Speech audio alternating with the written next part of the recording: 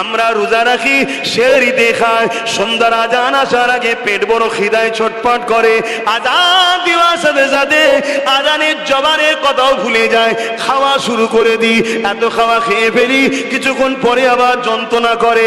কিন্তু আমার নবী পাক সাল্লাল্লাহু আলাইহি ওয়াসাল্লামের জীবনেতে এমনও দিন গেছে, কি সেহরি কি ইফতার একদিন নিয়ত করত 40 দিন পর্যন্ত 24 ঘন্টায় কোনো সময়তে পানি পর্যন্ত কোনো কিছুই খেতেন না।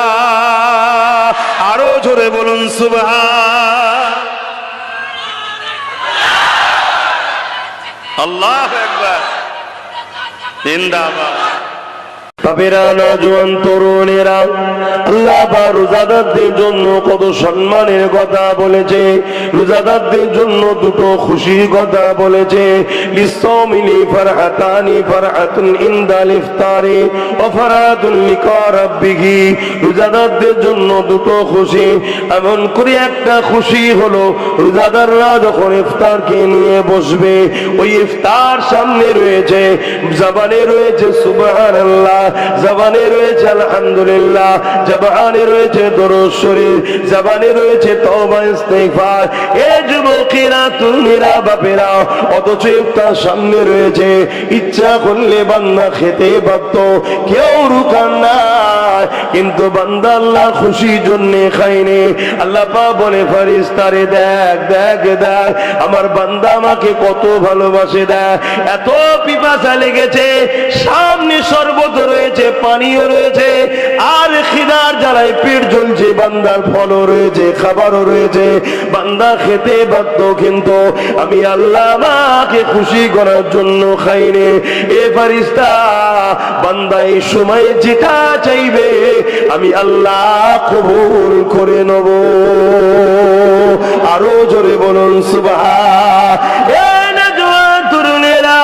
আর একটা হলো লিকা রাব্বি, বান্দা তুই আমাকে এত খুশি রাজি করলি, আমি আল্লাহ তোকে কথা দিয়ে দিলাম, আমি তোকে আমার দিদার দিয়ে দেব।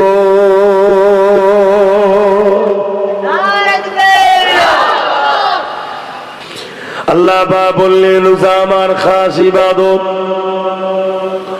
রোজাদারদের জন্য আমি আল্লাহ আমার কাছে বিশেষ বিশেষ উপহার রয়েছে। তার মধ্যে একটা উপহার হলো ময়দানে মাশরে যেদিন সবাই নফসি নফসি করবে, সেই কঠিন দিনেতে মাথার এক বেগ দেখতে লেখাত উপরে আল্লাহ সূর্য নামিয়ে দেবে। যেদিন মাথার ক্ষীণগুলো লাগ দিয়ে গলে গলে ঝরে ঝরে পড়তে থাকবে, ওই দিনে যে আল্লাহ রোজাদারকে জান্নাতি খানা খাওয়াবে।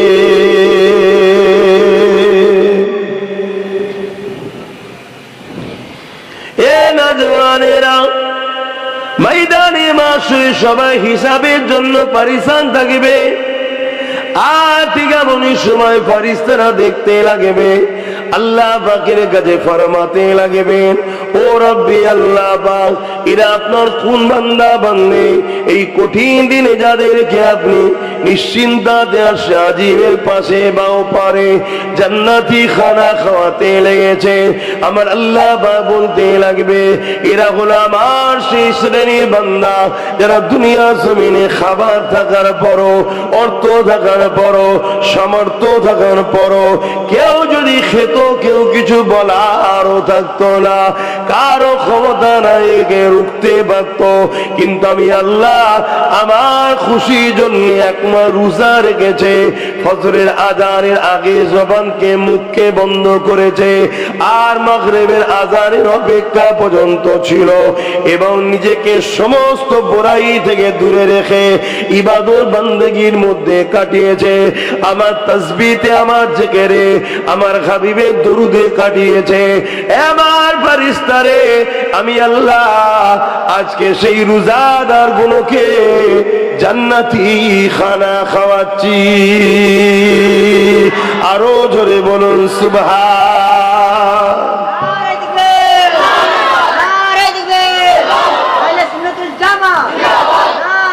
আল্লাহু আকবার। আবার বলে দিয়ে যে আমার নবী পাককে পিয়ার করে, আমার নবী পাককে মহব্বত করেন, ভালোবাসে। এ যুবকেরা, তরুণীরা, বাবেরা, যিনারা মহব্বত করেছে, শিক্ষা নেন। তরুণেরা, আজ আমরা নবীর প্রেমে গে মাহফিলে যখন সালাম দিই, নবী পাককে দাঁড়িয়ে দাঁড়িয়ে দিই। কেন দাঁড়িয়ে দিই? আল্লাহ পাক কোরআন পাকের মধ্যে বললেন, সল্লু, দরুদ পড়ো, ওয়াসাল্লিমু, এবং সালাম দাও। সালামের পরে আল্লাহ বললেন তাসলিমা, সব থেকে উত্তম ভক্তি, ভালোবাসা আদমের সঙ্গে দাও। আল্লাহ কোরআন ইশারাতান জানিয়েছে, তাই তো আমরা দাঁড়িয়ে দাঁড়িয়ে দিই। কিন্তু সমাজে একদল মানুষ এখানে ফতোয়া দেয়, জানতে চাই, দলিল চায়। আমি জানতে চাই, আমার রাসূলুল্লাহ যখন উযু করতে ছিল, সাহাবা হুজুরা নবী পাকের হাত থেকে হাত বাড়িয়ে বাড়িয়ে এমন করে রাসূলুল্লাহকে গোল করে ঘুরতে লেগেছে। এই সাহাবী হুজুর বলে, ইয়া রাসূলুল্লাহ, আমার হাতে কুল্লির পানিটা দিন, ইয়া রাসূলুল্লাহ, আমার হাতে দিন, ইয়া রাসূলুল্লাহ, আমার হাতে দিন। যে সাহাবী কুল্লির পানিটা হাতে পেত, ওই সাহাবী পানিটাকে নিয়ে নিজের চেহারা মোবারকে লাগাতো, নিজের শরীরে মুখে দিলে শরীরে মালিশ করতে পানিটা লাগিয়ে রাখতো এবং পাত্রে জমা করে রেখে দিত বড় আদবের সাথে। এ যুবকেরা, সাহাবা হুজুরদেরকে জিজ্ঞাসা করো, ও নবী, সাহাবারা কোরআনের কোথায় আছে বা আল্লাহ নবী কোথায় বলেছে আমি যখন কুল্লি করব আমার কুল্লির পানিটা তোমরা নেবে? সাহাবা হুজুররা বলবেন একটাই কথা, আল্লাহ বলেনি, নবী বলেনি, তাহলে করো কেন? এই জন্য করি, এটা নবী পাকের প্রেমের জন্য করি। আরো জোরে বলুন সুবহান। সামান্য পরীক্ষাতে ফেল হয়ে গেলে হবে না, ধৈর্য ধরতে হবে। সাহাবা হুজুরদের আল্লাহ পরীক্ষা নিয়েছে। এক সাহাবী রাসূলুল্লাহ দরবারে চলে আসলেন, ইয়া রাসূলুল্লাহ, হাবিবাল্লাহ, আমি আপনাকে আর আল্লাহকে ভালোবাসি। নবী আমার শোনার পরে বললেন, এ সাহাবী রে, কি কথা তুমি বলছো? ইয়া রাসূলুল্লাহ, হাবিবাল্লাহ, আমি আপনাকে আর আল্লাহকে বড় ভালোবাসি। আল্লাহ নবী বললেন, সাহাবী রে, তুমি জেনে বুঝে বলছো কি বলো? ওই সাহাবী আবার বললেন, ইয়া রাসূলুল্লাহ, হাবিবাল্লাহ, জি, আমি আপনাকে আল্লাহকে বড় ভালোবাসি। আল্লাহ নবী বললেন, সাহাবী রে, তুমি কি জানো তুমি কি কথা বলছো? জি ইয়া রাসূলুল্লাহ, আমি দিল থেকে বলছি, আমি আপনাকে আল্লাহকে বড় ভালোবাসি। এইভাবে তিনবার বা তার বেশি বলার পরে আল্লাহ নবী সাহাবাদেরকে লক্ষ্য করে বললেন, এ সাহাবারা, এই সাহাবী আমাকে ভালোবাসে, আল্লাহকে ভালোবাসে। একে দেখো বাবা, দেখো, খুব শিগগিরই আল্লাহর পরীক্ষা এর উপরে আসবে। এই সাহাবী রে, ওই পরীক্ষা তোমাকে বড় মজবুত ভাবে দিতে হবে। আল্লাহ তোমাকে পরীক্ষা নেবে। সাহাবী ছিল বড় ধনী ঘরের সন্তান, বড় রাইস ঘরের সন্তান। ওই মহব্বত থেকে কোন জায়গায় নিয়ে গেল? একদিন তার পায়ের জুতো চলে গেল, পরনার কাপড়ও চলে গেল, মাথায় তেল তো দূরের কথা, আবার কাকুনিও ছিল না। ছিঁড়া ফাটা কাপড় পরে এর জোর থেকে কোন রকম থেকে আমার নবীর দরবারে হাজির হয়েছে।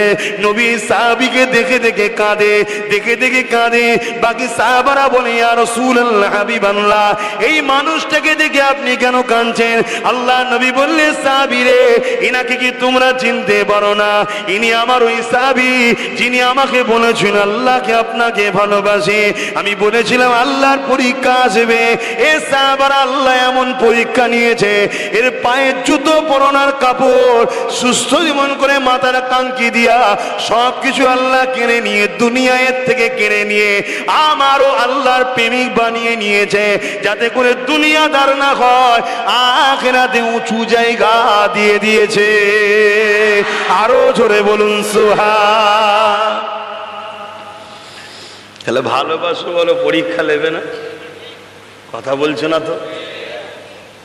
তোমরাও যদি বলো, আল্লাহ ভালোবাসি আপনাকে, নবী ভালোবাসি আপনাকে, আমি তো দোয়া করি, আল্লাহ আমি ভিক্ষা চাইছি তোমায় যেন প্রেম করতে পারি।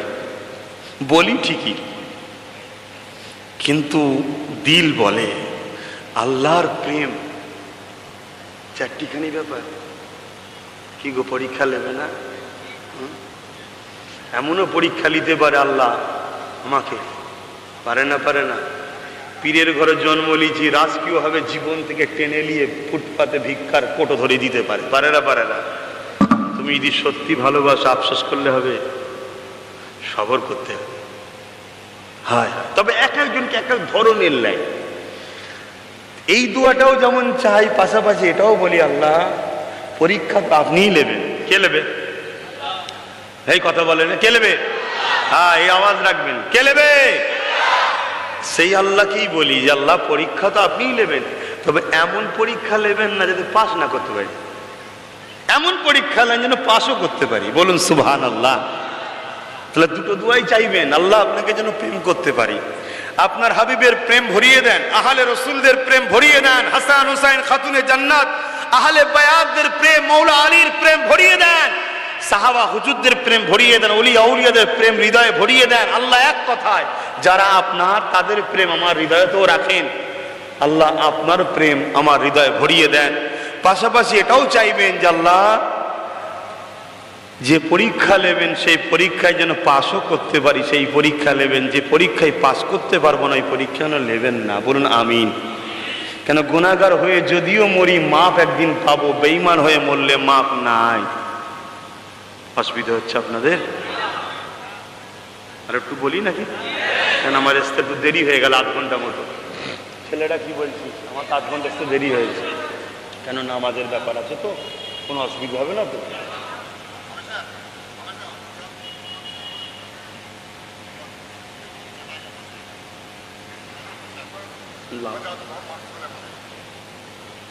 কি বলছেন? সবাই সম্মানিত, কিন্তু এ চোখে রসুল ছাড়া তো কিছু দেখতেই পাচ্ছি না। আর কথা বুঝছেন না? বোঝেন না? সবাই নিজের নিজের মাকামে সম্মানিত, সবাইকে সম্মান করতেও হবে, ঠিক না বেটি? কেন কোরআনে আল্লাহ আমাদেরকে শিখিয়ে দিয়েছে, আমানতু বিল্লাহি ওয়া মালাইকাতিহি ওয়া কুতুবিহি, সমস্ত কিতাবের উপরে ঈমান আনতে হবে। কিন্তু কোরআন ছাড়া তো কোনো কিতাব দেখতেই পাচ্ছি না। কথা কিছু মাথায় ঢুকছে? ব্যাপারটা কি জানেন? ঢুকতে গেলেও একটু সোহবতে বসতে হয়। সব তার এখানে ঢোকার জিনিস নয়, কিছু এখানে রাখার জিনিস আছে, ঠিক না বেটি? এ বড় মশলা দেখে, এ বড় ফতোয়া দেখে, এ বড় টেস্ট করে। এখানে কি থাকে? জ্ঞান থাকে, এলেম থাকে। এখানে কি থাকে? জ্ঞান থাকে, এলেম থাকে, মশলা থাকে, ফতোয়া থাকে, ফরায়েজ থাকে, এখানে সব থাকে। দিমাগ, এটা হচ্ছে জ্ঞানের জায়গা, এলেমের সেন্টার এটা। আর এখানে কি থাকে? হ্যাঁ, এখানে মোহব্বত, ভালোবাসা, আদব থাকার জিনিস। জোরে বলুন সুবহানাল্লাহ। এ বড় প্রশ্ন করে, আল্লাহ আছে? একে জিজ্ঞেস করো আল্লাহ আছে? এ তখন বলবে দাঁড়াও বলছি। চোখকে জিজ্ঞেস করবে, হ্যাঁ তুই দেখেছিস? চোখ বলবে না দেখিনি তো। এ তখন বলবে সিগন্যাল পাচ্ছি নি। শুনছেন তো নাকি? এসব কত ধরতে গেলে কিছু সোহবতে বসতে হয়। ব্যাপারটা ঠিক আছে কি জানেন? আপনাদের নজরে এখন অন্যরকম ব্যাপার চলছে। দুনিয়া এখন চকচকের পিছনে ছুটছে, তাই না? সোনার থেকে গিল্টির চমক বেশি, তাই না? চলছে না? চলে না? অতএব চকচকে ঝকঝকে, এই পাগড়ি, এই জুব্বা, এই ইন্টারন্যাশনাল, এই অমুক, এইখান থেকে স্কলার, এইখান থেকে এই হয়েছে, এই চকচকের পিছনে আপনারা ছুটছেন। এজন্য আজকে বড় সমস্যা। বাপ কিছু এলেম আছে স্কুল, মসজিদ, স্কুলে, মাদ্রাসায়, ভার্সিটিতে পাওয়া যায় না। কিছু এলেম আছে ডাইরেক্ট আল্লাহর পক্ষ থেকে অন্তরে দেওয়া হয়। মানেন এটা আপনারা? হ্যাঁ মানেন। একে ইলমে লাদুন্নি বলা হয়। এর চেয়ে বেশি আর আগে যাচ্ছি না, এর থেকে বেশি আগে আর যাচ্ছি না, যাওয়াটাও ঠিক নয়। কেন আল্লাহ যা দেয় গোপনে রাখতে হয়। কিন্তু চকচকে তো দেখছেন, চকচকের পিছনে ছুটছে। আরে ফার্স্ট ডিভিশন ফার্স্ট, আরে ফার্স্ট ডিভিশন ফার্স্ট, 10টা বই পড়েছে, ফার্স্ট ডিভিশনে ফার্স্ট হয়েছে। আর একজন হয়েছে থার্ড ক্লাসে, কিন্তু সে 500 বই পড়েছে, শুধু সিলেবাসের বই ছাড়া হাজারো বই পড়েছে। কথা বুঝে আসছে না? সে ফার্স্ট ডিভিশন পায়নি। আর ও তো চাকরি করার জন্য ফার্স্ট ডিভিশন কি করলো সেই ধান্দাই ছিল। আর তো দিন শিক্ষা করার জন্য পড়েছে। একে 500 কিতাব পড়তে হয়েছে, আর ও মাত্র 5টা দরকার, 5টাতেই পরীক্ষা হবে, 5টার পিছনেই পড়েছিল, ফার্স্ট ডিভিশন হয়ে গেছে। আপনার এই চকচকেটা দেখে হু হু করছে, রে বাপরে বাপ, ফার্স্ট ডিভিশন হয়েছে রে, ফার্স্ট ডিভিশনের ফার্স্ট। কথা মাথায় ঢুকছে না? ঢোকে নেই। আরে বাঁচাও রসুলকে নিয়ে, রসুলকে সামনে রেখে পরীক্ষা করো দুনিয়াকে, পৃথিবীর অন্য কাউকে নয়। যেমন সোনালিতে গেলে পরীক্ষা করতে গেলে কি পাথর লাগে? কষ্টি পাথর, তাই তো নাকি? সোনাকে যদি অন্য পাথর নিয়ে পরীক্ষা করতে যান, ঠকবেন না? ঠকবেন না? তাহলে কষ্টি পাথর দরকার। তাহলে মোমেন, মুনাফেক, বেঈমান, কাফের পরীক্ষা করার একটাই পাথর, বুঝাবার জন্য বলছি, নাউজুবিল্লাহ, বুঝাবার জন্য বলছি, সেটা হলো মুহাম্মাদুর রাসূল। জোরে বলুন সুবহানাল্লাহ। অন্য কোন জিনিস দিয়ে মোমেন মুনাফেক পার্থক্য করা যায় না। চ্যালেঞ্জের সাথে বলছি আপনাকে আমি, আল্লাহ এজন্য আমার রসুলকে মানুষের জানের থেকেও কাছে করে দিয়েছে। জোরে বলুন সুবহানাল্লাহ। আর আল্লাহ নিজেকে সারগের থেকে কাছে রেখেছে। আল্লাহ নিজেকে কোথায় রেখেছে? সারগের থেকে কাছে। আল্লাহ আমাদের কোথায় আছে? সারগ, তার থেকেও কাছে। আর রসুলকে কোথায় রেখেছে? জানের থেকেও কাছে। তো নবীকে আমাদের কাছে ঢুকিয়েছে কে? কেন? মোহাম্মদ রসুলকে আল্লাহ ওই পাথর, কষ্টি পাথর বোঝাবার জন্য বলছি, নাউজুবিল্লাহ, আবার ভুল বুঝবেন না। যেমন সোনা পরীক্ষা করতে গেলে কষ্টি পাথর লাগে, মুমিন আর মুনাফিক পরীক্ষা করতে গেলে মোহাম্মদ রসুল লাগবে। তাই মোহাম্মদ রসুলকে আল্লাহ জানের থেকেও কাছে করে দিয়েছে। সারক কেটে গেলেও মানুষ মারা যায়, কথা ঠিকই, কিন্তু কিছু সময় ঝটপট ঝটপট করে। আর জান বাড়িয়ে গেলে জানটা চলে যাওয়া মানে তো শেষ, ঠিক না? ওর থেকেও কাছে মোহাম্মদ রসুল। জোরে বলুন সুবহানাল্লাহ। একটু জোরে বলবেন না? আরো জোরে বলবেন না? হ্যাঁ, এরকম খুশিতে বলবেন আল্লাহু আকবার, এরকম স্লোগানও দেবেন, নারে তাকবীর, আল্লাহু আকবার দেবেন, লাব্বাইক ইয়া রাসূলুল্লাহ বলবেন। এতে কি হয়? এই স্লোগানে তো মুনাফিক চেনা যায়। কষ্ট হলো? আমি কাউকে ব্যক্তিগত মুনাফিক বলছি, এই স্লোগানেও মুনাফিক চেনা যায়। কেন? দেখো এইটা বড় বাড়াবাড়ি হয়ে গেল, যেন এটা কি বাড়াবাড়ি হয়ে গেল রে বাবা। সাহাবা হুজুরা ইয়া রাসূলুল্লাহ বলে ডাকেন, কথা বলেন। লাব্বাইক মানে কি? হুজুর আমরা হাজির আছি। জোরে বলুন সুবহানাল্লাহ। লাব্বাইক, হাজির আছি। কার জন্য হাজির? ইয়া রাসূলুল্লাহ, আপনার জন্য হাজির। জোরে বলুন সুবহানাল্লাহ। হ্যাঁ, কেন আল্লাহ তো বলেছে তোর জিন্দেগিটা মোহাম্মদ রসুলের জন্য অফ করে দে, তবেই তো তোকে আমি জান্নাত দেবো। জোরে বলুন সুবহানাল্লাহ। তোর অর্থগুলো মোহাম্মদ রসুলের কদমে কুরবান করে দে, তোকে আমি জান্নাত দেবো। আল্লাহ আপনি বলেছেন তো আপনার রাস্তা, আরে মোহাম্মদ যে কদমে হেঁটেছে যে রাস্তায়, ওটাই তো আমার রাস্তা। জোরে বলুন সুবহানাল্লাহ। সাল্লাল্লাহু আলাইহি সাল্লাম সেই নবীর হয়ে যান। যুবক রে, ভাই আমার, আব্বা আমার, মা আমার, বোন আমার, নবীর হয়ে যাও। নবী নবী নবী নবী করো, নবীর হয়ে যাও। আজকে তুমি আমি নবীর থেকে দূরে সরে গেছি, আর এই সুযোগে মানব রূপী পশুগুলো আমার রসুল্লে গুস্তাকি করার সাহস পেয়েছে। কেন? ওদেরই অর্থে আমাদের পাড়ায় লোক ছাড়া আছে, তারা আস্তে আস্তে আমার নবীকে আমাদের মতো বানিয়েছে, মরা বানিয়েছে, এলমে গায়েব জানানা বানিয়েছে, নিরক্ষর বানিয়েছে, মূর্খ বানিয়েছে, এসব বলেছে। প্রচার করে করে যখন দেখেছে মহল তো সব শান্ত, কই কেউ কিছু বলছে না, তখন যে খবর দেয়, গোলামি করিয়ে দিয়েছে, একটু টেস্ট করে দেখো, কেন তোমাদের পয়সাই তো আমরা করছি। তখন এদের সর্দাররা, এদের বাপেরা যারা টাকা দেয়, আমার ভাষা একটু কড়া হয়, জানেন তো নাকি ভাই? এতে আবার অনেকে বলে এত কড়া কড়া কথা বলে কেন? হযরত ওমর ফারুকের থেকে শিখেছি। হযরত ওমর ফারুক কড়া কথা বলেছিল, তাই নবীর দুশমনের কলাপ ধরে বলেছে, এ কুকুর, তোর এখানে কি খবর? পড়ুনি হাদিস পড়ো না, পড়ুনি হাদিস পড়ো। আর পরক্ষণেই যখন সে আবার রসুল পাক সাল্লাল্লাহু আলাইহি ওয়াসাল্লামের কদমে নিজেকে কুরবান করেছে, মুরিদ রাসূলুল্লাহর হাতে বায়াত হয়েছে, সাহাবী হয়ে গেছে, হযরত ওমর ফারুক তার কলায় হাত দিয়ে বাইরে বেরিয়ে বলছে, এ ভাই সাহাবারা শোনো, নিজের সন্তান যেমন আমার কাছে প্রিয়, তার থেকে বেশি প্রিয় আমার এই ভাইটাকে নিয়ে আজ রসুলকে মেনেছে। জোরে বলুন সুবহানাল্লাহ। তাহলে ঝগড়া ছিল একটু আগে হুজুরের জন্য, যেই হুজুরের কদমে আবার চলে এসে বলেছে হুজুর আমায় কলমা পড়িয়ে দেন, আবার সন্তানের থেকে পেয়ারা হয়ে গেছে। কথা কিছু বুঝছেন? তাই আপনারা হয়তো অনেকে জানেন না, লোক আপনাদের ঘরে কান খাবে যে ঠিক আছে হুজুরের ছেলে, ঠিক আছে, কড়া কড়া কথা বলে কেন বলতো? আপনি একটু বয়স্ক মানুষ বা গ্রামের একটু দাগড়া বোড়া লোক, একটু গরমও আছে, কোচকে বলে গুরুত্ব দিচ্ছেন না, আপনি সমালোচনা করে ফেললেন, আপনার ইমানের ক্ষতি হবে না? আপনি ভালোবাসেন যখন বললেন, তো প্রথম থেকেই যখন ভালোবাসেন মজবুত নেই কেন? আপনার মনে হয় আপনার বাবাজি বা আপনার ছেলে আব্বাস সিদ্দিকী কোরআন হাদিস না পড়ে ওয়াজ করতে এসছে আপনার কাছে? হ্যাঁ, হযরত ওমর ফারুক বলেছিলেন, তোমাদের মনে হয় আমাকে দেখে রাগী লাগছে, আমি লোককে রেকর্ড করে রাগী লাগছে? শোনো, আমি রাগী নয়, আমার যা কিছু দেখছো মোহাম্মদ রসুলের প্রেম আমাকে এরম বানিয়েছে। জোরে বলুন সুবহানাল্লাহ। কেন আমি যদি মজবুত না হয়, কড়া না হয়, তাহলে জালিমরা আমার নবীর কাছে এসে সাহস পেয়ে যাবে, আমাকে দেখে তারা পালিয়ে যায়। এই মিজাজটা রাখতে হয়। এটা হুজুরের জন্য আমি হয়েছি, তো হুজুরের জন্য রাগ দেখানো যায়, হুজুরের জন্য লড়াই করাও যায়। শুধু জায়েজ নয়, যেটা ইমানের প্রথম ক্যাটাগরির নমুনা পাওয়া যায়। জোরে বলুন সুবহানাল্লাহ। কিন্তু হায়, আমার ভালোবাসার লোক আমার সমালোচনা করছে। হ্যাঁ, একটু মিষ্টি কথা বললে হয়, মিষ্টি কথা শুনবে নবীর বেলায়? হ্যাঁ, ও আমার বাপকে গাল দিলে, মাকে গাল দিলে, আমাকে চড়া মেরে দিলে মিষ্টি ভাষা বেরোবে, তাও ঠিক আছে।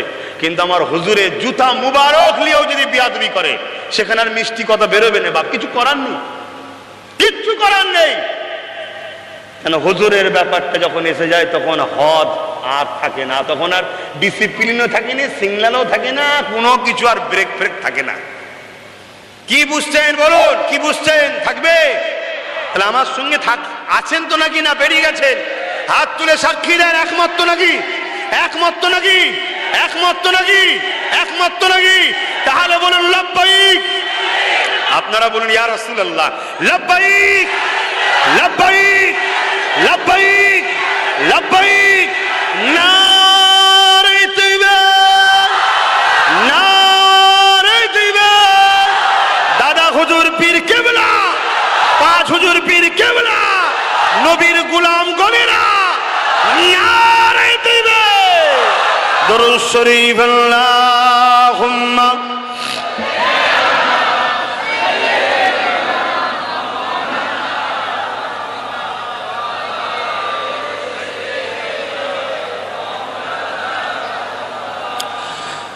फलक पर चाँद जैसा है, नबी का नाम ऐसा है। फलक पर चाँद जैसा है, नबी का नाम ऐसा है। दिलों से गम मिटाता है, মোহাম্মদ নাম ऐसा है। আগেই বললাম না, ইমাম গাজ্জালী হুজুর কি বললেন? বালা এলে দরুদ পড়ো, দরুদে নবী নাম আছে না নাই? দিলের মধ্যে খুব কষ্ট হচ্ছে, কিছু ব্যথা লেগেছে, হতে পারে। মানুষের জীবনে চলতে গেলে কত রকম ব্যথা আছে, আছেন না নাই? আর আল্লাহ পরীক্ষা করে বান্দাকে, ভয় দেখিয়ে, অভাব দিয়ে, বিমার দিয়ে, কাজ কাবে নষ্ট করে দিয়ে, সন্তান কিনে নিয়ে, জালিম হুকুমাতকে বসিয়ে দিয়ে, আবার যে হুকুমাতের কথা বললো আবার কারো কষ্ট হতে পারে। এটা কোরআনের কথা, আল্লাহ পরীক্ষা নেবে বলেছে। আমি জালিম হুকুমাত বসাবো, এই যে আজকে আমার দেশে বসে আছে, এ জালিম নয়? পরীক্ষা চলছে আমাদের, কথা বুঝে আসছে না? নাই কেউ বলতে পারবে জালিম নয়? বলতে পারবে? কি জুলুমটা করছে, পুরো দেশটাকে শেষ করে ফেললো, মসজিদ মাদ্রাসা সহ প্রত্যেকটা ধর্মের মানুষের শেষ করে ফেলছে। যা কবিসাকে আলোচনা নয়, কিন্তু জালিম তো নাকি? এটা পরীক্ষা চলছে রে বাপ। এটা বললো অনেকে, সমস্যা হুজুরি কথা বলবে না, আছে কোরআন হাদিসে। আমি ওই জন্য বললাম, আলোচনাকারী সমালোচনাকারী থাকবে। তুমি যদি আমায় ভালোবাসো, তুমি সমালোচনা করো না, তুমি সমালোচনা করো না। আর কারোর সঙ্গে সমালোচনায় জড়াবে না, কারোর সঙ্গে সমালোচনায় জড়াবে না। তোর ভালো লাগে না, তোকে মানতে হবে না, আমার ভালো লাগে আমি মানি। কথা শেষ, ক্লিয়ার? তোর যদি মনে হয় খুব অসুবিধা হচ্ছে, তাহলে হুজুরের সঙ্গে বস, ডিবেটে। আমি কি বলে কথা বলে বসিয়ে দেবো, মিটে যাবে। আমি কথা বলতে পারবো না, আমি ভালোবাসি তাকে, ব্যাস কথা শেষ। কি গো, আমার কথা বোঝানো ভুল হচ্ছে? তো ভাইয়ের আমার, তা আমার নবী পাক সাল্লাল্লাহু আলাইহি ওয়াসাল্লামের নাম লাও, অর্থাৎ দরুদ পড়ো, দেখবে দিলের কষ্ট কে দূর করবে? আল্লাহ দূর করবে। জোরে বলুন সুবহানাল্লাহ। অর্থাৎ আল্লাহ হুজুরের নামে এত পবিত্র, এত ক্ষমতা, এত পাক রেখেছে যে হুজুরের নাম যে লেয়, দরুদ যে পড়ে, তার দিল থেকে আল্লাহ দুঃখ কষ্টকে সরিয়ে দেয়। জোরে বলুন সুবহানাল্লাহ। फलक पर चाँद जैसा है, नबी का नाम ऐसा है दिलों से गम मिटाता है मोहम्मद नाम ऐसा है ये दिल जब गम का मारा हो मोहम्मद याद आता है ये दिल जब गम का मारा हो मोहम्मद याद आता है जुदा जब कोई प्यारा हो मोहम्मद याद आता है কারো যখন আব্বা চলে যায় আমাদের পিয়ারা নয় বাপ কি বাপন তো নাকি তখন যে হুজুরি ইয়াদ আছে কেন আমার রাসূলুল্লাহ আব্বা উনি যখন মায়ের পেটে ছিল চলে গেছে অমনি জনের মধ্যে সবর আছে কারণ মা চলে গেলে মনের মধ্যে আমার হুজুরও তো আম্মা ইন্তেকাল হয়ে গেছিল কেউ খেতে না পেলে আমার হুজুর পেটে পাথর বেঁধেছিল কি মনে পড়ে না जुदा जब कोई प्यारा हो मोहम्मद याद आता है फलक पर चाँद जैसा है नबी का नाम ऐसा है किसी का दिल दुखाओ ना सताओ खल्क बारी को কাউকে দুঃখ দেবে না কাউকে যদি দুঃখ দাও মূলত কষ্ট আল্লাহকে দেবে কেন সে মুসলিম হোক আর অমুসলিম হোক হিন্দু খ্রিস্টান যাই হোক তাকেও তো সৃষ্টি করেছে আল্লাহ তুমি যদি কাউকে দুঃখ দাও তাহলে জানবে তুমি আল্লাহর সৃষ্টিকে কষ্ট দিলে আল্লাহকে কষ্ট দিলে কথা বুঝে আসছে তবে একটা কথা এখানে দুঃখ বলতে কি সে জুলুম করে না সে কাজের কাজই নয় তার উপরে জুলুম করা হচ্ছে অত্যাচার করা হচ্ছে তাকে মিথ্যাভাবে তাকে আসামি করছো এটাকে বলা হয় তাকে দুঃখ দিয়া কথা বুঝে আসছে যদি অন্যায়ের উপযুক্ত তাকে শাস্তি দিতে হবে না যদি তোমার ছেলেও হয় শাস্তি হবে না হ্যাঁ সেটা আলাদা বিষয় किसी का दिल दुखाओ ना सताओ खल्क बारी को मेहरबानी का हर रास्ता मदीने को ही जाता है যত মেহেরবানি করবে দয়া দেখাবে প্রত্যেকটা দয়ার রাস্তা মদিনায় যায় অর্থাৎ নবীর আদর্শ এটা জোরে বলুন সুবহানাল্লাহ নবী অমুসলিমদের ঘরেও ভালোবেসেছে বেসেছে না বাসেনে আল্লাহ নবী যখন এই দেখেন এই কথা বুঝাতে গেলেই তো আমাকে বলতে হবে নবী মদিনায় গেলেন রাষ্ট্র কায়েম করলেন তো বলতে হবে না তবে তো জানবেন আপনারা আর এই কথাটা যেই বলবো আবার একদল মানুষের সমস্যা এইসব কথা বলবে কেন রে হুজুরের জীবনই তো এটা আল্লাহ নবী মদিনায় গেলেন গিয়ে রাষ্ট্র কায়েম করলেন সেখানে রাষ্ট্রপ্রধান হলো অর্থাৎ প্রধান মন্ত্রী যে রাষ্ট্র চালাবার মেন পদে তিনি বসলেন রাষ্ট্রকে দায়িত্ব নিয়ে চালাচ্ছেন কিভাবে রাষ্ট্র চালাতে হয় কিভাবে রাজনীতি করতে হয় হুজুর শিক্ষা দিচ্ছে উম্মতকে শোনো উম্মত অন্য কাউকে ফলো করা হারাম তোমরা যা করছো সব জবাব দিতে হবে মনে রাখবে আমার নবীকে ফলো করো আমার নবী যেভাবে করেছো এইভাবে করো শখ যাদের আছে আর যাদের নাই তো আলাদা কথা এক কাজ সবাই করতে পারে না কে ইমাম সবাই হবে হুজুর সবাই হবে মুফতি ফতোয়া সবাই দেবে নাকি তাদের ক্যাচাল বেড়ে যাবে ডাক্তার সবাই হবে আবার চাষ সবাই করবে স্বর্ণ কাজ সবাই হবে কাপড়ের দোকান সবাই করবে একটা পাঠ আছে ঠিক তেমনই রাষ্ট্রকে সবাই চালাবে কিছু লোক চালাবে যাদের এটা শখ আছে সে গ্রামে হোক আটটু উপরে হোক বা একেবারে মাথায় হোক কথা বুঝে আসছে যদি কারো শখ থাকে তাকে তুমি যদি ইমানদার হও তোমাকে রসুলকে ফলো করতে হবে আল্লাহ তোমাকে যেন ওই জায়গায় বসাবে তোমাকে হুজুরকে ফলো করে চালাতে হবে অন্য কাউকে নয় কথা বুঝে ঢুকছে না ঢুকে না আর আমার হুজুরের চালানোতে কেউ খুঁত আছে পৃথিবীর কেউ পর্যন্ত বলতে পারবে এই কথা বলেন আল্লাহ নবী সবাইকে ডাকলেন ইহুদিকে ডাকলেন অগ্নি উপাসকদের ঘর ডাকলেন মূর্তি পূজারীদের ডাকলেন তখন তো মদিনায় সবাই ছিল সবাইকে ডেকেছে ডেকে নবী খসড়া তৈরি করছে কিভাবে চালানো হবে সেখানে নবী পাক বললেন যে যার পছন্দ দিন ধর্ম যে যার যেটা পছন্দ ব্যক্তি সে তার উপরে থাকবে কেউ কারোর উপরে জুলুম করতে পারবে না কেউ যদি স্বইচ্ছায় কোনোটাকে অ্যাকসেপ্ট করে তার স্বাধীনতা আমার নবীর আখলাক চরিত্র দেখে আদর্শ দেখে অন্য সব বাইরা মোহাম্মদ রসুলের দিনে চলে এসছে জোরে বলুন সুবহানাল্লাহ কথা আমাদের ঢুকছে কিন্তু জুলুম করতে পারবে না গরিবের হক বিধবার হক এতিমের হক সমস্ত রকম সিস্টেম নবী তৈরি করলেন এই যে রাষ্ট্রকে পাহারা দেওয়া বর্ডার ফোর্স এ তোমার নবীর তৈরি করা। তুমি আছো কোথায় বন্ধু? এসব সিস্টেম রাসূলুল্লাহ, কিন্তু সব তো আপনারা শুনতেও চাইবেন না, আর আমরাও বেশি বলতে চাইছি না। তবুও তো আমি একবার দুবার বলি এক এক জায়গায়, এতেই অনেক সমালোচনা হয়। আর আকসার তো বলাই ছেড়ে দিয়েছে। এই বলাই ছেড়ে দিয়েছে বলে তো আমার কম জালিমের পিছনে ঘুরে বেড়ায়। আরে জুলুম করা আর জালিমকে সাপোর্ট করা সমান পাপ। আর জুলুমের শাস্তি কি? নগদ। নগদ বোঝেন? এই নগদ বোঝেন না? বোঝেন না? নামাজ কাজা, রোজা কাজা, হজ কাজা, এর শাস্তি নগদ নয়। এসব কিয়ামত দিন হবে। এর মাথায় ঢুকছে না? ঢুকে নেই। কিন্তু জুলুমের শাস্তি কি? অহংকারের শাস্তি কি? অহংকার হলো আল্লাহর চাদর। অহংকারটা কি? আল্লাহ চাদর। আল্লাহ ছাড়া কারো মানায় না এই কাজটা। কথা মাথায় ঢুকছে না? ঢুকে না? তো ওটা হচ্ছে আল্লাহর চাদর। গায়ে দিবার ভাববেন না, আল্লাহর কুদরতি চাদর। কথা বুঝে আসছে? তা সেই অহংকার যে করে, তার মানে আল্লাহ রসুল বলছে সে আল্লাহর চাদর ধরে টানছে। তা আল্লাহর চাদর ধরে টানলে আল্লাহ ছেড়ে দেবে? নগদ শাস্তি হয়, অর্থাৎ দুনিয়াতেই আল্লাহ দেখায়। ঠিক তেমনি জুলুমের শাস্তি টাটকা নগদ দুনিয়াতেই আল্লাহ দেখায়। দেখাচ্ছে না? দেখায়নি। ফেরাউনকে দেখিয়েছে, নমরুদকে দেখিয়েছে, সাদ্দাতকে দেখিয়েছে, হাবালকে দেখিয়েছে। কথা বুঝে আসছে? কারণকে দেখিয়েছে, হিটলারকে দেখিয়েছে, কি বলে চিঙ্গিস খানকে দেখিয়েছে, হালাকুর খানকে দেখিয়েছে, হতভাগা আকবরকে দেখিয়েছে। এর আগে যেগুলো ছিল সেগুলোকেও দেখিয়েছে। এখনো যারা জুলুম করছে পৃথিবী জুড়ে, এদেরও নগদ নগদ হবে। কথা মাথায় ঢুকছে না? ঢোকে না?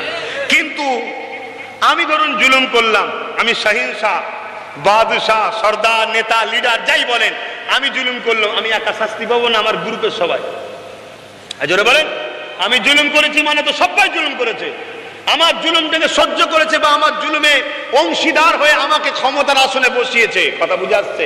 তা আমার কম তো জানেই না অন্যায়কে, জুলুমকে সাপোর্ট করা, জুলুম করা সমান। এ কমকে তো জানানো হয়নি। আজকাল বক্তারা ওয়াজ করে, আজকাল ইমামরা মসজিদে বলে বলো ওজন বলবে না। আমি যদিও বা দুই এক জায়গায় শিখিয়েছি, কমকে বুঝাচ্ছি, কম ধ্বংস হয়ে যাবে, শুধরে যাও, এটা আমার নবীর দিনের বিরুদ্ধে কাজ হচ্ছে। মসজিদে মসজিদে অনেক জায়গায় ইমামরা, সবাই না, আমার বিরুদ্ধে বলে। কেন? ওপার থেকে অর্ডার আছে, বলতে হবে না, মাইনে তো বলি। কথা বুঝে আসছে? হাই হাই হাই হাই হাই। আল্লাহ কত ইজ্জত সম্মান দিলে একটা আলেম, একটা হাফেজ। সম্মান কি? সম্মান কি? একটা হাফেজে কোরআনের সম্মান কি? শুনে রেখে দাও। তুমি আমায় মানো চাই না মানো, আমার দেশের নাম করা ধনী বলা হয় এই রিলায়েন্স, আদানি, আম্বানি, টাটা, বলে না? বলে না? এদের থেকেও একটা সম্মানিত হলো একটা হাফেজে কোরআন। কেন? এরা টাকা পেতে পারে, গাড়ি পেতে পারে, আল্লাহর কোরআনকে পায়নি। হাফেজে কোরআন আল্লাহর বাণী পেয়েছে, আল্লাহ পেয়েছে, রসুল পেয়েছে। জোরে বলুন সুবহানাল্লাহ। কথা মাথায় ঢুকছে না? ঢোকে না? কিন্তু হাই রে কানা, আল্লাহ দিল, চিনতে পারলে না। দিল, আল্লাহ চিনতে পারলে না। তো যাক, এই সামান্যটুকু একটু টাচ দিলাম বুঝাবার জন্যে। কেন ওইদিকে চলে গেছিলাম এক পাতো, বেরিয়ে যখন ফেলেছিলাম, না বুঝলে আবার তো সমস্যা হবে। ভালোবাসার লোকও সমালোচনা শুরু করে দেবে। কি করবে তো নাকি? ভালোবাসার লোকেরাও সমালোচনা করবে তো নাকি? একটু বলে দিলাম, কি অসুবিধা হলো? হায় হায় হায়। দিনটাকে পঙ্গ টাইপের করে ফেলেছে। কে হাত কেটে নিয়েছে, কে পা কেটে নিয়েছে, কে কান কেটে নিয়েছে। কথা বুঝে আসছে? আরে দিন কি? এটা কমপ্লিট মানুষ কাকে বলে? যার দুটো হাত থাকবে, দুটো চোখ থাকবে, দুটো কান থাকবে, দুটো পা থাকবে, জবানে কথা থাকবে, 32টা দাঁত থাকবে, সুস্থ ব্রেন থাকবে, কি? তবে তো সে কমপ্লিট। আর যদি চোখে অন্ধ থাকে, দুটো হাত না থাকে, দুটো পা না থাকে, তাকে কি বলা হয়? বিকলাঙ্গ বলা হয় না? হ্যাঁ, এই বলা হয় না? আনকমপ্লিট বলা হয় তো নাকি? তা ইসলামটা কমপ্লিট না আনকমপ্লিট? তা ইসলামে আছে না নাই?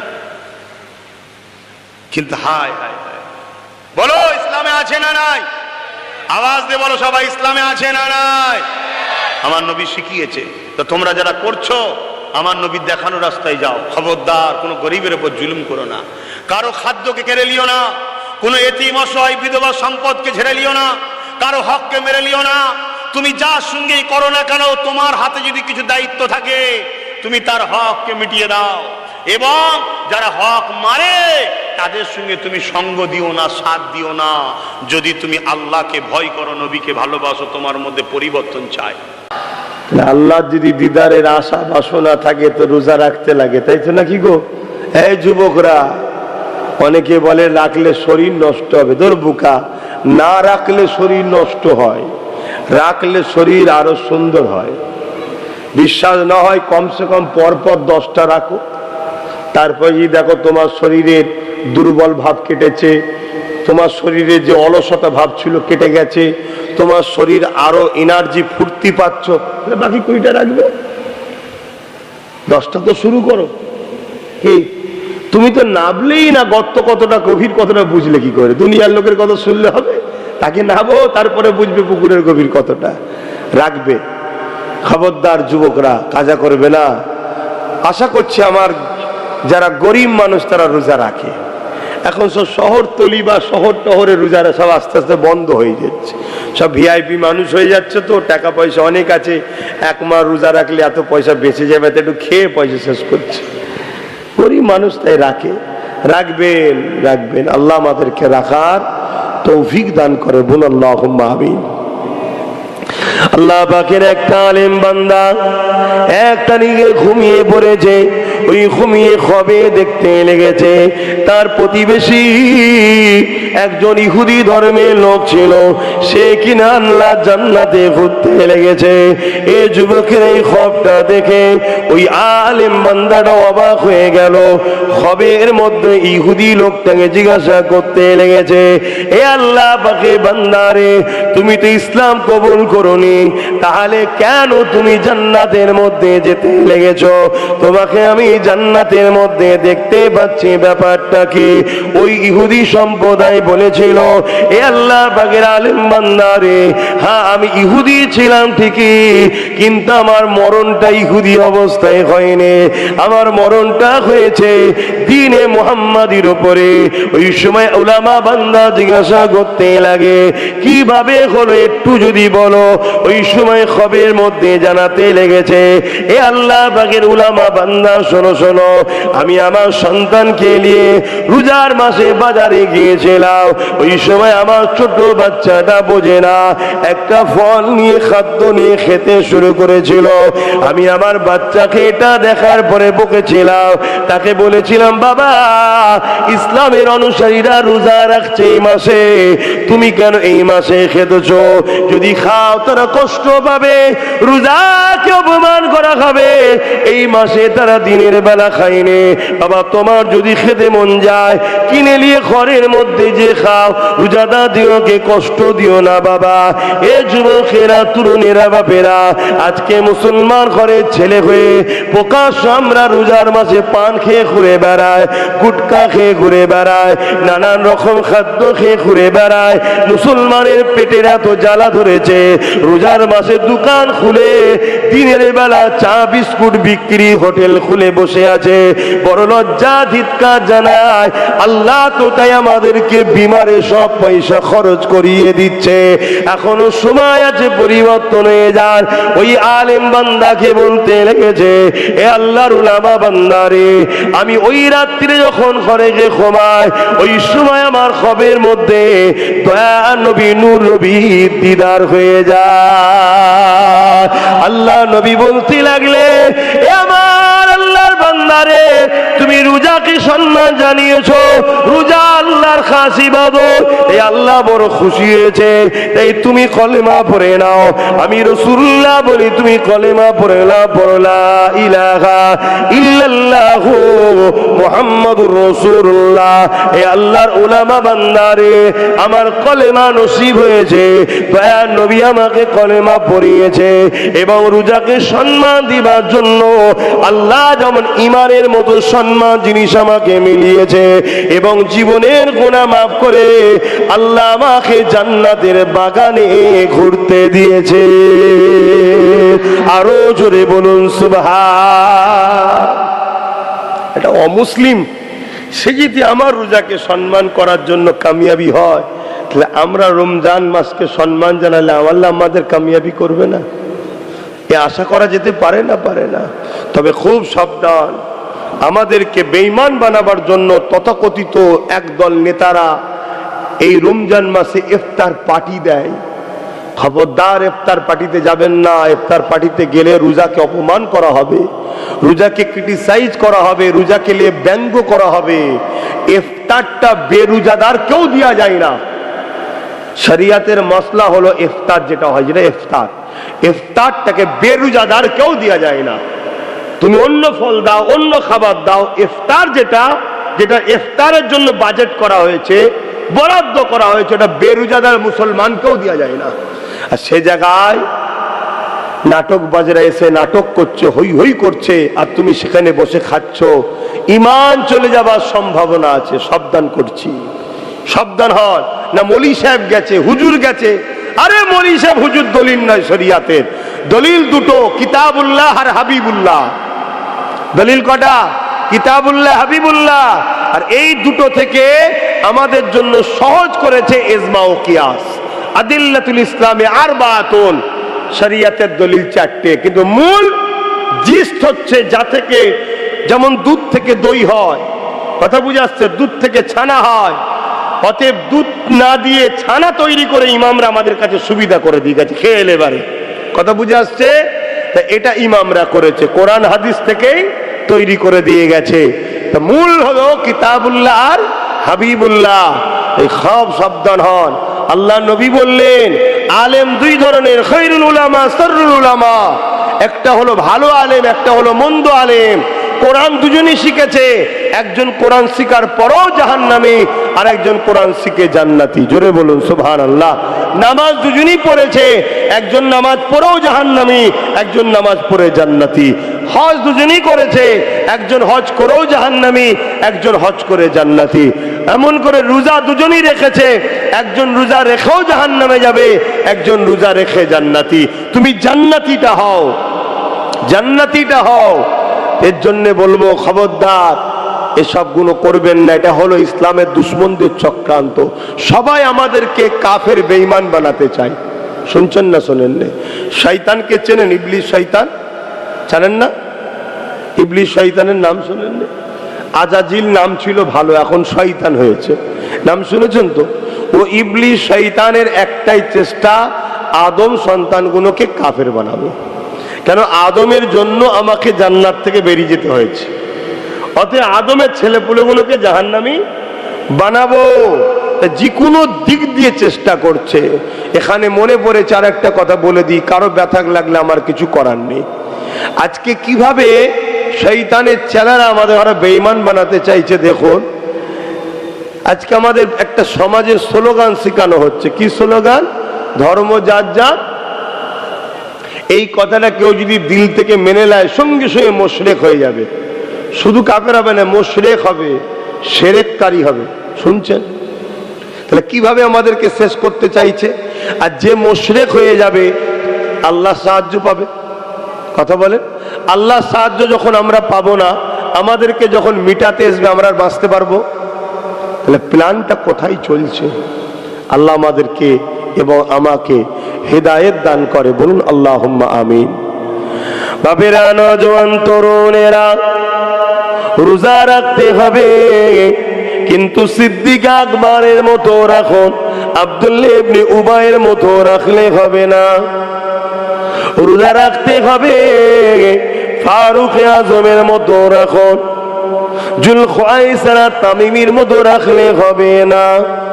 রোজা রাখতে হবে, ইমামে হোসেন পাকের মতো রাখুন, হতবাগা এজিদের মতো রাখলে হবে না। রোজা রাখতে হবে, মুজাদ্দিদ আল ফিসানির মতো রাখুন, হতবাগা আকবরের মতো রাখলে হবে না। জানেন তো আকবরকে? চেনেন তো নাকি? মুনাফেক ছিল, মুনাফেক। কোরআনের বিরুদ্ধে দ্বীনে ইলাহি বার করতে গিয়েছিল। আর এজিদকে তো সবাই চেনে। কি চেনেন না? চেনেন না? হ্যাঁ, সেও রোজা রেখেছে। ওই রকম রাখলে হবে না, ইমাম পাকের মতো রাখতে হবে।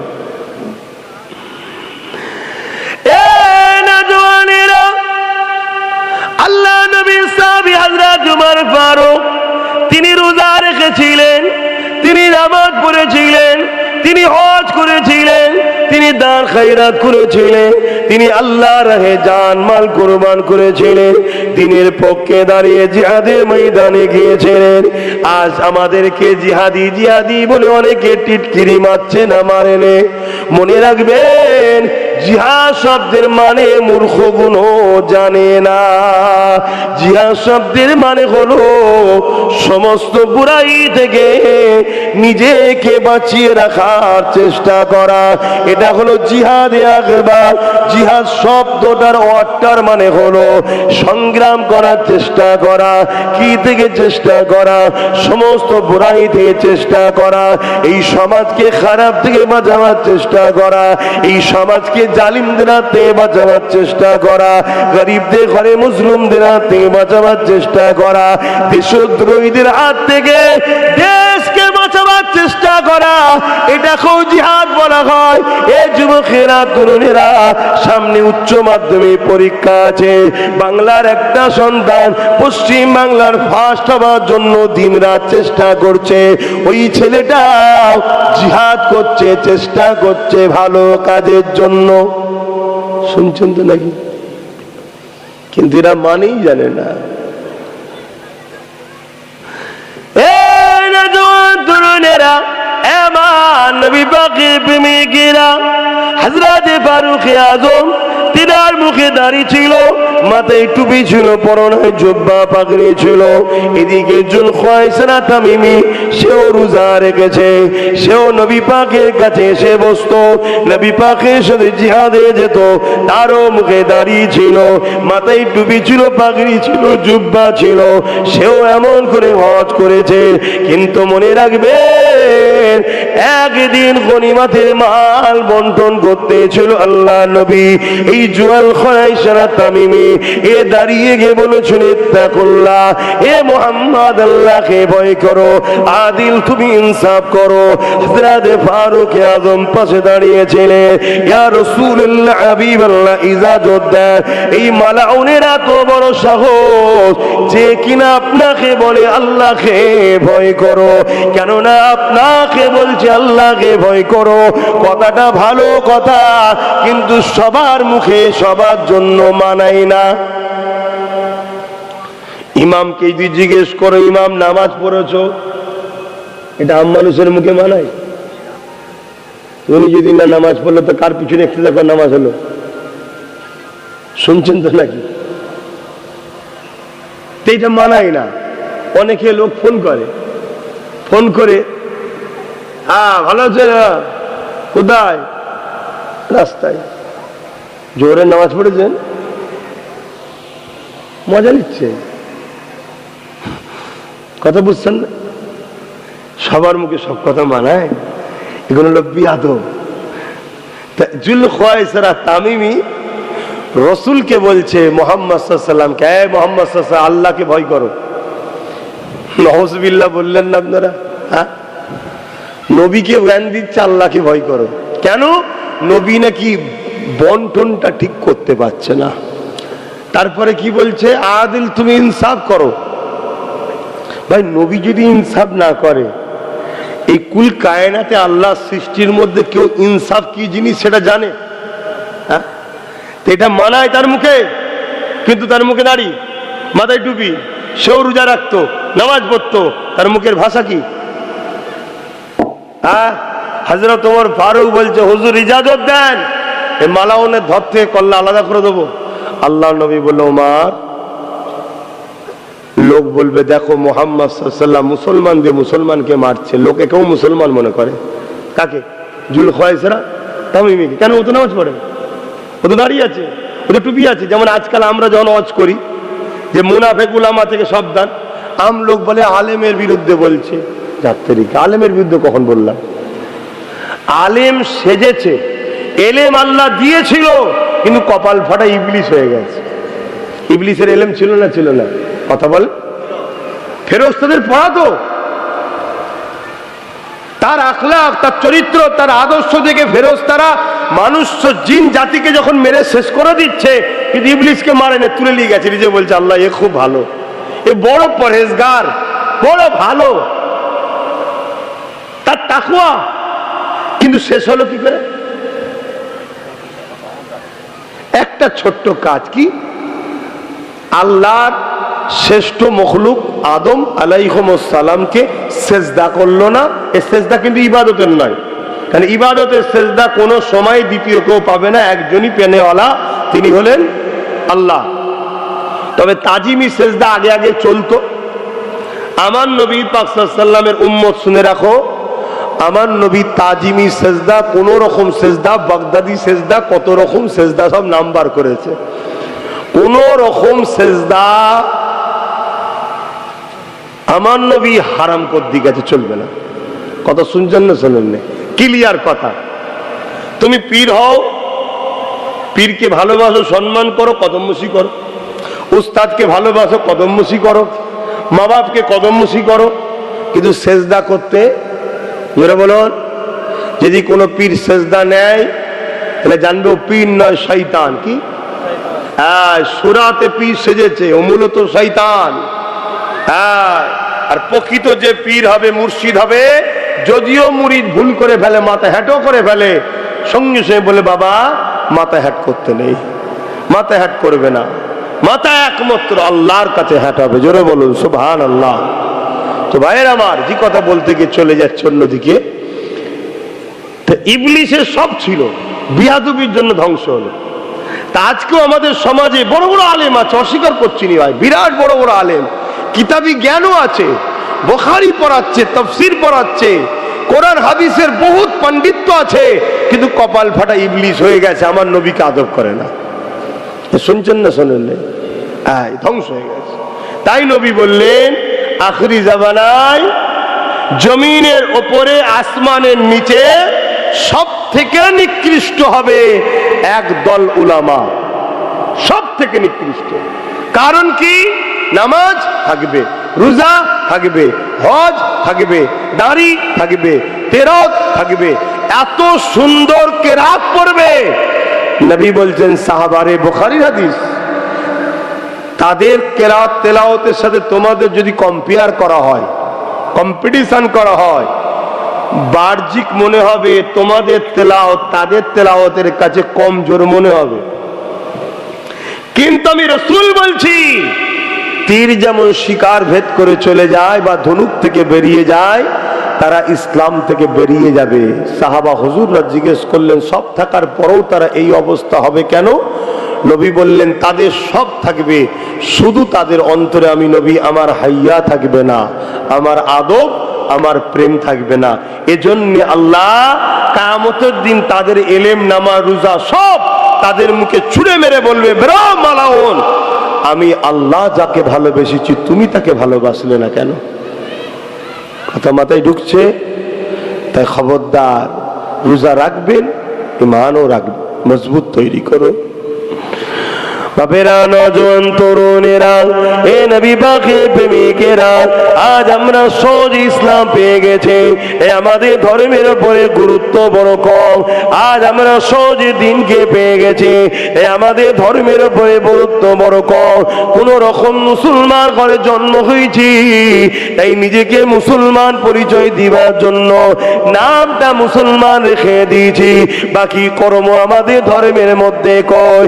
অথচ আমার নবী ও সাহাবা হুজুররা কত কষ্ট করেছে, আমার নবী পাকের মতো কেউ আসেনি, আর আসবে না। আল্লাহ জিনা সম্বন্ধে বলেছেন, ইন্নাকা লাআলা খুলুকিন আযীম, সব থেকে উত্তম চরিত্রওয়ালা হলো মুহাম্মদ রাসূলুল্লাহ। সেই নবী পাক যখন নামাজে যেতেন, সিজদায় পড়ে যেতে, মক্কার মুশরিক জালিম অত্যাচারী আবু জেহেল বাহিনীরা আমার নবী পাকের পিঠের উপরে পচা ভুঁড়ি, দুম্বার ভুঁড়ি, গন্ধ বুনো চাপিয়ে দিত। আমার নবী পাক মাথা তুলতে পারতেন না, ওই দুম্বার পচা, দুম্বার ভুঁড়ির দুর্গন্ধে আল্লাহ নবী নিঃশ্বাস নিতে বড় কষ্ট হতো। এই অবস্থায় নবী পাক আমার সুবহান রাব্বিল আলা তাসবিহ পড়তে থাকতে, খাতুনে জান্নাত ফাতেমা তাজ-জাহরা রাদিয়াল্লাহু তাআলা আনহা যখন দেখতে পেতে ছুটে এসে আব্বা জানের পিঠ থেকে ওই ওই পচা দুম্বার ভুঁড়িগুলোকে নাবিয়ে দিত। আল্লাহ নবী তারপরে মাথা না তুলতে। এ যুবকেরা, আল্লাহ নবীকে এত কষ্ট দেওয়া হয়েছে। নবী পা রাস্তা দিয়ে যাচ্ছে, ছাদের ওপর থেকে নবী পাকের মাথার ওপরে, গায়ের ওপরে নোংরা আবর্জনাকে ফেলে দেওয়া হয়েছে। আল্লাহ নবী যে রাস্তা দিয়ে যাবে, ওই রাস্তায় কাঁটা বিছিয়ে দিয়ে নবী পাককে কষ্ট দেওয়া হয়েছে। নবী পাকের জন্য কুয়া খোঁড়া হয়েছে। আল্লাহ নবীকে সোশ্যাল বয়কট করেছে। আমার নবী পাক পাহাড়ে চলে গেছে, গাছের পাতা ফলমূলকে জীবন ধারণের শিলা বানিয়েছে। আল্লাহ নবী নবীও দিনের প্রচার বন্ধ করেনি গো। এ যুবকেরা, তরুণেরা, বাপেরা, আল্লাহ আজকে আমাদেরকে এত খাদ্য দিয়েছে, এত আরাম আয়েশ দিয়েছে, আমরা আল্লাহ ভুলে গেলাম, নবী ভুলে গেলাম। এটা আমাদের জন্য বড় ধ্বংসের কারণ হবে। এই আল্লাহর কাছে দোয়া চাইবে, ও আমার রব মালিক আল্লাহ, আমার আপনার কাছে প্রয়োজন আছে, চাইব, কিন্তু আপনি আমাকে ওইটা দেবেন না যেটা পেয়ে আমি আপনাকে ভুলিয়ে যাব। এমন আরাম আয়েশ আমাকে দেবেন না যেটা পাওয়ার পর আমি আপনার থেকে দূরে সরে যাব। আল্লাহ আপনার কাছে পানা চাইছি, ওই রকম সম্পদ, ওই রকম জিন্দেগি, ওই রকম খাদ্য, ওই রকম আরামের আশা আল্লাহ আপনার কাছে আমি চাই না। হ্যাঁ, আমার প্রয়োজন চেয়েছি, কিন্তু এই প্রয়োজন মিটলে যদি আমি ধ্বংস হয়ে যাই, আল্লাহ আপনি আমার প্রয়োজনকে মিটাবেন না, কারণ আমি আপনার কাছে যেতে চাই, আমি আপনাকে জান্নাতে দেখতে চাই।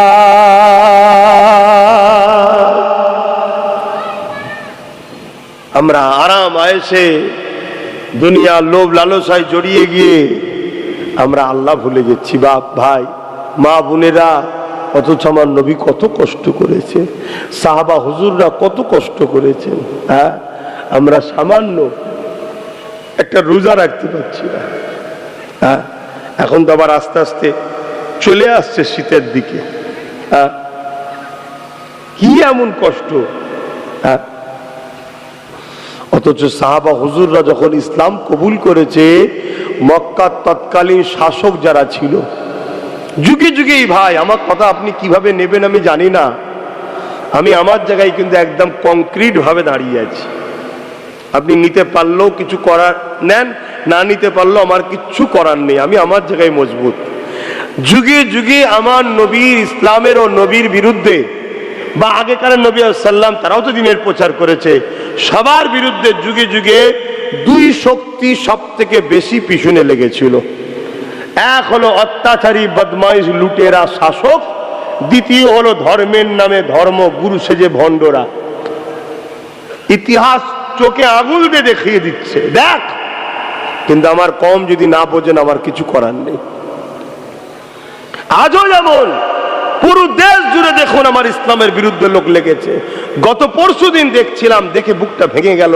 দুটো মাদ্রাসার ছাত্র, সম্ভবত মাদ্রাসায় পড়ে, কেন মাদ্রাসার বেডিং নিয়ে যাচ্ছে দেখেছি, কথা বুঝে আসছে। আর গরিবের ছেলেরাই তো মাদ্রাসায় যায়, বড় লোকের ছেলে তো বড় লোক ভাবছে আমার ছেলেকে অন্য জায়গায় পাঠাবো।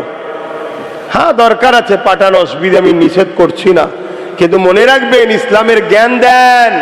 ইসলামের জ্ঞান যদি না থাকে, আপনার ছেলে ভিআইপি হয়ে আপনাকে ওই বৃদ্ধাশ্রমে দিয়ে আসবে, তখন চিল্লাবেন যান না, জানো ও কি হলো, কি হলো, কি হলো। তুমি ইসলাম থেকে ভুল দূরে সরে গেলে ইসলামও তোমার থেকে দূরে সরে যাবে।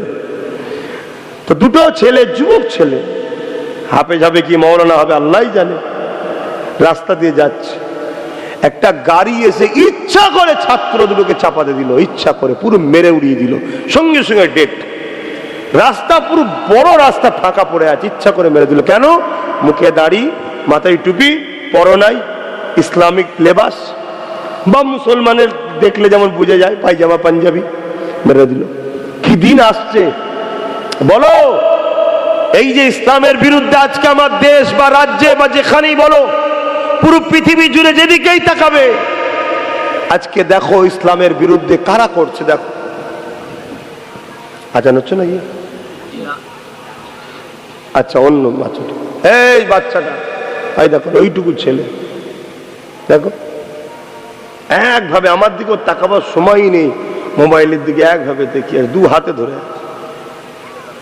তাহলে বলো এই বাচ্চাগুলোকে ধ্বংস কারা করছে? ওর বাপ মা। ওই বাচ্চার জন্য সব থেকে যদি দোষী হয় ওর বাপ মা। ওই বাচ্চা যদি বড় হলে ক্ষতিগ্রস্ত হয় এর জন্য দোষের বাপ মা। আর ওই বাচ্চা যদি বড় হলে বাপ মাকে পেটে, এর জন্য আমাদের দুঃখ করার কিছু আছে? আর কথা বলছে না তো, কথাটা কি খারাপ বলে ফেললাম? তাহলে সারা দিচ্ছেন না কেন?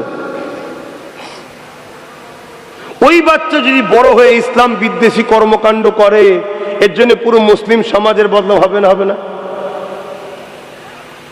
তাহলে ভাবুন, এই পরিবেশটা খারাপ করে দিচ্ছে। ওইখানে একটা ছেলে বসে আছে, দেখো এই হলুদ জামার পিছনে বসে আছে, কালো গেঞ্জি পরে। বুলুজা গেঞ্জি লাল। হ্যাঁ, তোমাকে বলছি, বলো তোমরা কি ধরেছে গুলো? আয় আয় আয়, চারিদিকে দেখছে এত অঘটন, দেখো মানুষ শুধরায়, কিন্তু না। খতমাল্লাহু আলা কুলুবিহিম, আল্লাহ যদি হিদায়াত না দেয় তা আমি যতই চেষ্টা করি হবে না। তো আল্লাহ আমাকে হিদায়াত দেন, আমাদেরকে হিদায়াত দেন, বলুন আমিন। ভয়ানক পরিস্থিতি আসছে আজকে পুরো পৃথিবী জুড়ে। দেখো না, নতুন করে আমেরিকার প্রেসিডেন্ট বসতে না বসতে বলছে গাজাকে খালি করো। কেন? কেন না? গায়ের জোর। যা বলবো তাই শুনতে হবে, ক্ষমতা আমার হাতে, পৃথিবীর দাদা আমি, পারমাণবিক শক্তি আমার হাতে। কিন্তু মনে রেখে দিও, তোমাদের থেকে অনেক ক্ষমতাশালী আছেন। আল্লাহু সাইয়্যুন কাদির, জোরে বলুন সুবহানাল্লাহ। তোমার বাপ দাদাদেরকে ঠিকানায় পৌঁছে দিয়েছে পুরো দুনিয়ায়। দেখো শাসকরা, দেখো ইসলামের পিছনে লেগেছে। আজকে আমার দেশের কথা বলো, আমার দেশের কথা বলো। উত্তরাখণ্ড বলে একটা রাজ্য আছে, সরকারি ভাবে আইন তৈরি করে ইউনিফর্ম সিভিল কোড লাগু করে দিয়েছে। ওখানে ধর্মীয় কালচার আর চলবে না। খবর পেয়েছেন কি জানি না, একটু বলবেন আগে থেকে, আজানের সময় হলে একটু বলবেন আগে থেকে। 10 মিনিট বাকি। আজান হয়ে গেলে আমাদের আলোচনা বন্ধ হবে। আজান শেষ হলে এখানে নামাজ হবে। নামাজের পরে আমি তখন দোয়া করব। আশা করছি আপনাদেরকে ঘোষণা প্রথমেই দেওয়া হয়েছে, উজু করে বসবেন। কি যে ব্যথা, কি যে কষ্ট হয় নামাজ পড়তে আমার যুবকদের আর বোনগুনরা আল্লাহ ভালো জানে। আল্লাহ ভালো জানে যে তোমাদের কেন নামাজ পড়তে কষ্ট হয়, আমার জানা নেই। অথচ এই নামাজ আমাদের শরীরের জন্য কত উপকার, কত ফায়দা। আপনাদের কি উজু নাই মনে হচ্ছে নাকি? এই যে মুরব্বীগুলো উঠছে, উজু নাই? আচ্ছা আচ্ছা, ঠিক আছে, উজু করে নেন তাহলে।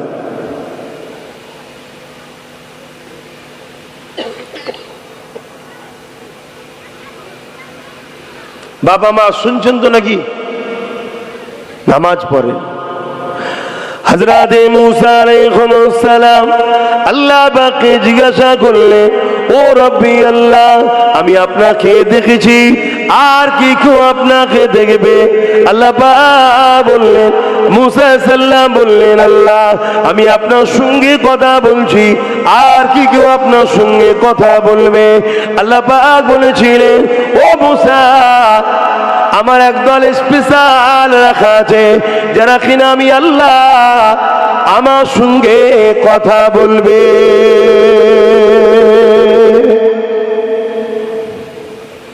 এ মুসা, তুমি আমার সঙ্গে কথা বলছো, এর জন্য তোর পাহাড়ে আসতে লাগছে।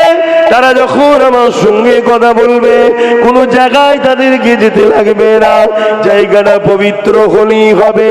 মুসা রে, তুমি আমার সঙ্গে কথা বলছো, এর জন্য বেশিক্ষণ কথা বলতে পারো না, সময় টাইম খুবই কম রয়েছে। তারা যতক্ষণ খুশি আমার সঙ্গে কথা বলতে পারবে। ও হযরত নবী মুসা, তারা আমার সঙ্গে যখন কথা বলবে, এ মুসা রে, তুমি আমার সঙ্গে কথা বলছো, তোমার আমার মাঝখানে 70,000 নূরের পর্দা রয়েছে। পর্দার ওই দিকে তুমি রয়েছো, পর্দার ভেতরের দিকে আমি রয়েছি। এ মুসারে আমার প্রিয় বান্দা বান্দিগুলোর সঙ্গে আমি আল্লাহ যখন কথা হবে, তারা যখন আমার সঙ্গে কথা বলবে, 70,000 নূরের পর্দাকে সব উঠিয়ে নিয়ে একেবারে সামনে সামনে আমার সঙ্গে কথা হবে।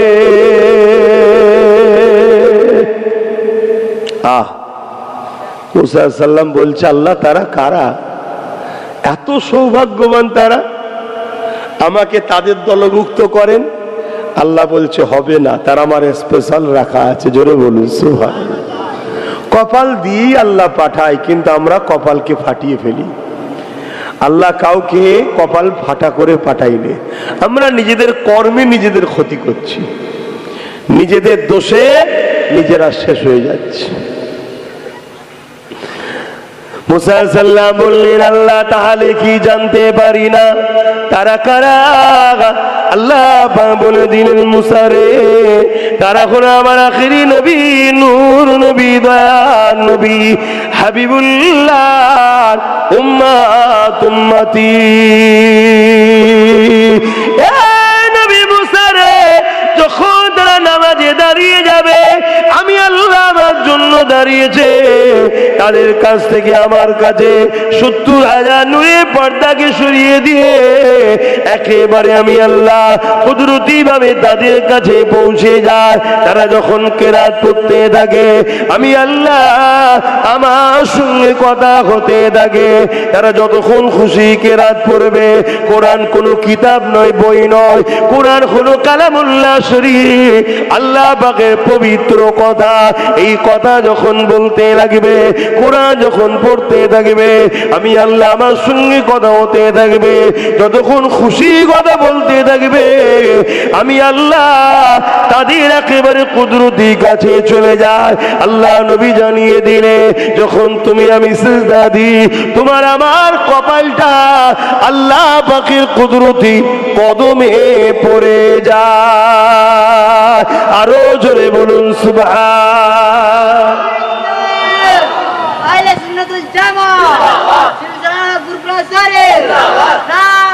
আল্লাহু আকবার। কিন্তু দুঃখের বিষয় আমার যুবক ভাইরা, তোমরা কেন সিজদা দাও না? কেন দাও না? তোমাদেরকে ইবলিস শয়তান দিতে দেয়নি।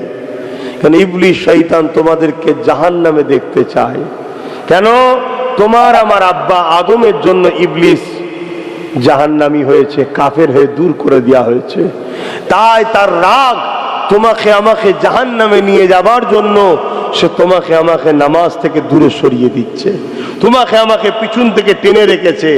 যাস না, মসজিদে যাস না, রুকু দিস না, গান শুনতে চ, ক্লাবে চ, ফাংশনে চ, হই হই কর, মেলায় চ, আরে বয়স হলে দেখা যাবে খুনি। এইভাবে তোমার আমার মেন্টালিকে তারা ঘুরিয়ে রেখেছে। তাই বলবো যুব সমাজকে,